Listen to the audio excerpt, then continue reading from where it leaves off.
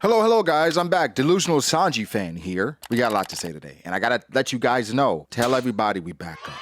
All right? You jumped the gun with the translations, and I came back with ammo, and I came back with ideas. Sanji's a conqueror. I think it's all but, it's confirmed. Sanji's a conqueror. And I'm gonna break it down, what I think is actually happening with Sanji, and you're probably gonna agree. Unless you're a hater. So if you're disagreeing in the comments, it's cause you disagree. And I don't know, I'm on a string now where I feel like I'm defending Sanji, but I think it's warranted. I think it's been too much. Even people that say, yo, I like Sanji, but, this is not a time for any buts. This is a time just to defend a boy. And, you know, he didn't look good in the previous translation. I think it looks a lot better here. And even with some thoughts and ideas throughout the community, I think people have been commenting so much on the Sanji video, the conversation with Sai. I think we're figuring out what's actually going on. I promise. I think we are. So, I'm not sure if y'all ready for this, but let's get into the translations first, because some translations we got to break down, because some of y'all, myself included, jumped the gun. We jumped the gun. And so let's go back to the translations from the Viz, because it cleared up quite a few things. So we see here the Viz, and we have Scopper talking about referencing Zoro and Sanji, if you can see here. Where in the first translation, it talks about, oh, one of you have Conqueror's Haki. In the Viz translation, it says, seems like there's more than one of you with Supreme King Haki. And the other translators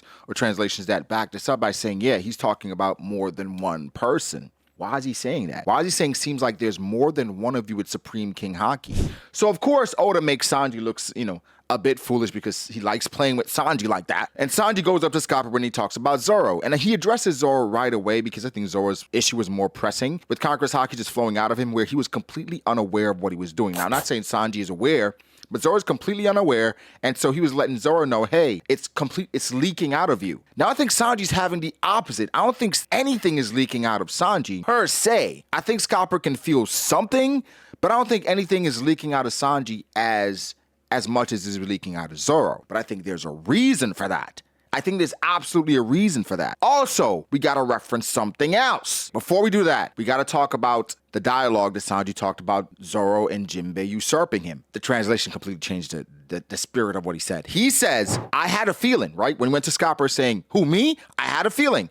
I'm tired of Mosshead and Jinbei stealing all of my glory. So it completely changes the usurp thing. He's saying that they've been stealing his glory, where I'm not gonna lie, he might be spitting. He might be spitting, bro. Even going back to pre-time skip, he wasn't a supernova because we know his name, his affiliation with Germa wasn't known, right? So he probably would have been a supernova if it wasn't for that, right? A lot of times he did stuff, Mr. Prince, didn't even know it was him. He's not getting the credit that he was due. Jinbei, he's just there, right? And I know, I love Jinbei as much as the rest of you guys, all right? But he's not messing with Sanji. He's just not. He just isn't, bro. I don't know. He's just not.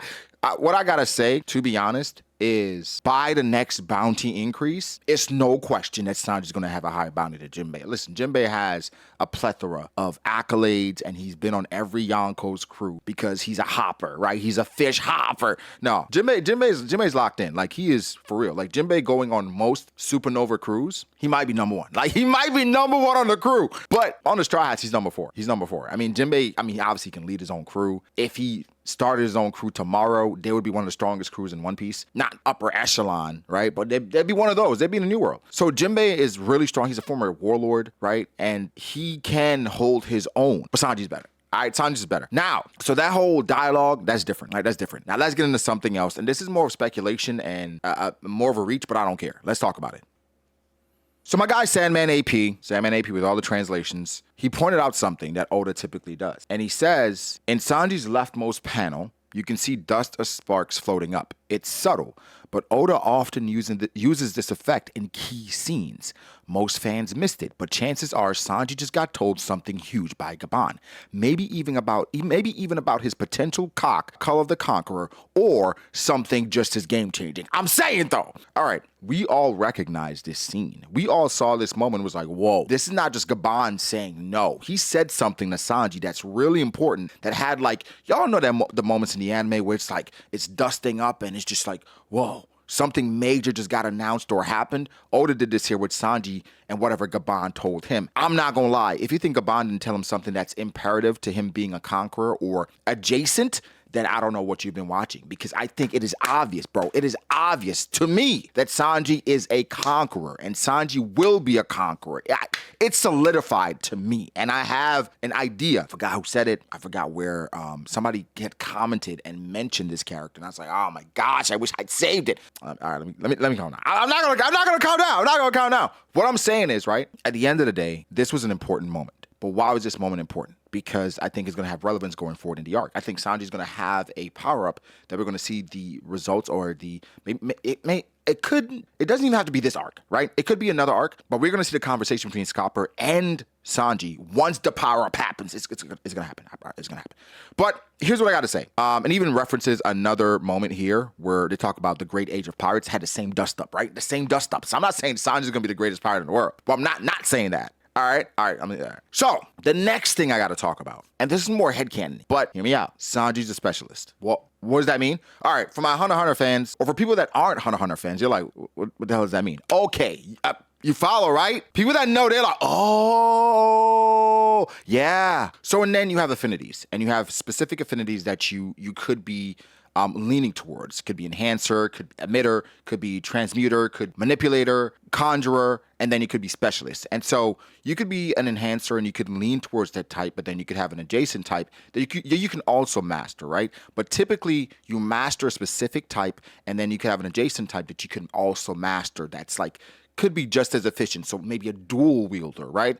For specialists, there's no limit there, right? They're just people that can really master these things and do whatever. They have free reign mostly. Like, you can call specialists like the conquerors of Hunter x Hunter, right? So follow me for a second. There's a specific character that has a Nen type. His regular Nen type is a conjurer, but for this character, he is blonde and he has a special ability so his eyes glow. Now, when his eyes glow, that's when he's using the powers of his clan, right? Hold on. He's using the powers of his clan. And when his eyes glow, he becomes a specialist. So all the rules that were around him being a conjurer and the adjacent types, all that, out the window. All that doesn't matter when his eyes are glowing, because then what? He becomes a specialist. And things really open up for him at that point. So what am I saying? What am I really saying here? What I'm saying is, for Sanji, is there something similar? Oh, yes, it is. Oh, yes, there is.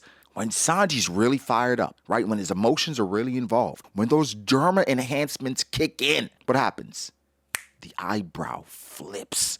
Now, I'm not saying, hey, what I'm saying is, when the eyebrow flips, it could be a situation where Sanji can then tap into Conqueror's HAKI abilities. Now, hear me out. Right now, Scopper may not be feeling anything, or may be feeling a limited power from Sanji, but maybe when it's emotion involved, because I mean, Scopper was talking about love and emotion. You know, we know love is a hurricane. He could be talking about that and saying, yo, maybe you got to tap more into your Germa powers to really become the conqueror that you need, because considering that is royalty. So for Sanji to truly embrace the conqueror's side, you have to tap into the Germa powers, right? Because that's where it comes from. I know, you're like, I don't know, that nigga might be good.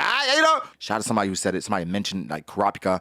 And so I want to say this could be 1000% what Scopper is referencing, right? Either his Germa abilities and how it enhances his Conqueror's HAKI abilities. Two, is completely latent and it's not going to be shown or be accessible until his emotions are really involved and his eyebrows are flipped, right? Of course, Scopper is not going to know all of that, but his observation HAKI is kind of insane. So all I want to say is Sanji a Conqueror, 1000%. In my mind, it is confirmed in my mind. Let me know. Am I jumping the gun? Do I sound a bit insane? Maybe, but I think Sanji's Germa abilities has to play a part here, considering just how much it enhances him when he's fighting. His emotions are so involved. And also, this moment with Sanji and Scopper, I don't think it's a throwaway. I don't think it's something that's just to be laughed at or just dismissed. It's not Sanji, oh, ha, ha, Scopper told you to have Conqueror's HAKI. It's that dust-up is there for a reason. And the Germa abilities, the eyebrows flipping, if Oda uses that moment, and also you got to think about, it would be all poetic almost, right? Because Sanji, his brothers, they were made to not have any emotions. I mean, it already is poetic, right? They're made to not have emotions or not to use emotions and to fight regardless of that. Sanji gets stronger with these emotions. So why not continue that narrative, right? where the emotions get him even stronger in regards to future sight. And Conquerors HAKI, where the more emotions, but it's also this conflict within himself that he has to overcome. So, in a way, it continues the narrative of Zoro and Sanji, where Zoro's conflict, of course, comes from his blade and his, his arrogance or his disillusionment. And so now he knows about Conquerors HAKI, he's going to get stronger, right? Sanji's strength has always been within, and his issue has always been the conflict within himself. So in a way, Zoro has conflict with Enma, and Sanji again has conflict within himself, where it's like, yo, to get to that level, you have to embrace who you are, and that's embracing Germa in that side as well. We've seen it before in regard to Sanji, and of course in Whole Cake Island and in Onigashima, but it's even more so where you have to tap in willingly, right? And overcome that conflict for you to really ascend if you want to be on the level of the big boys. And that's not what Sanji wants to do. So that conflict, I mean, I think it's poetic, but guys, let me know. What do you think? Does it make sense? Is it stupid? I think it makes a lot of sense. Let me know if you like videos like this. Subscribe, right? You got to let your boy know. Shout out to my patrons as well. They hold it down. They support. If you want to become a patron, link below. So many things there. A bunch of collabs are coming there with other content creators. That's where they're going to be. But let me know, like the video, subscribe, and we'll catch you guys in the next one.